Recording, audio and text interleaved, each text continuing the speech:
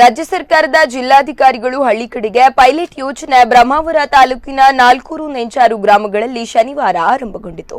ಪ್ರತಿ ತಿಂಗಳ 3ನೇ ಶನಿವಾರ ಈ ಕಾರ್ಯಕ್ರಮ ನಡೆಯಲಿದೆ. ನಾಲ್ಕೂರು ಸಮುದಾಯ ಭವನದಲ್ಲಿ ನಡೆದ ಕಾರ್ಯಕ್ರಮವನ್ನು ಜಿಲ್ಲಾಧಿಕಾರಿ ಜಿ ಜಗದೀಶ್ ಉದ್ಘಾಟಿಸಿದರು.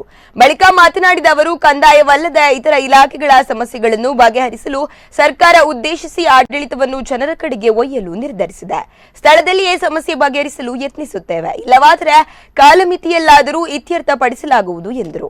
ಒಟ್ಟು 147 ಅಹವಾಲವನ್ನು ಸ್ವೀಕರಿಸಲಾಯಿತು. ಇದೇ ಸಂದರ್ಭ ನಾಲ್ಕೂರಿನಲ್ಲಿ 94ಸಿ ನಮೂನೆಯಲ್ಲಿ ಅರ್ಜಿ ಸಲ್ಲಿಸಿದ ಸುಮಾರು 200 ಮನೆಗಳಿಗೆ ಅಕ್ರಮ ಸಕ್ರಮದಂತೆ ಆರ್ಟಿಸಿ ಆಗಿಲ್ಲ.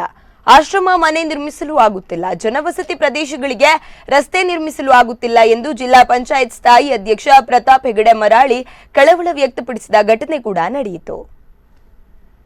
ವಿಜಯ ಕರ್ನಾಟಕ, ಹೊಸ ದಿಗಂತ, ಇಂಡಿಯನ್ ಎಕ್ಸ್‌ಪ್ರೆಸ್, ವಾರ್ತಾ ಇಲಾಖೆ ಎಲ್ಲ ಪತ್ರಕರ್ತ ಮಿತ್ರ ಇದ್ದೀನಿ. ತಮ್ಮೆಲ್ಲರನ್ನ ಅತ್ಯಂತ ಗೌರವದಿಂದ ಪ್ರೀತಿಯಿಂದ ಬಿಡಬಹುದು.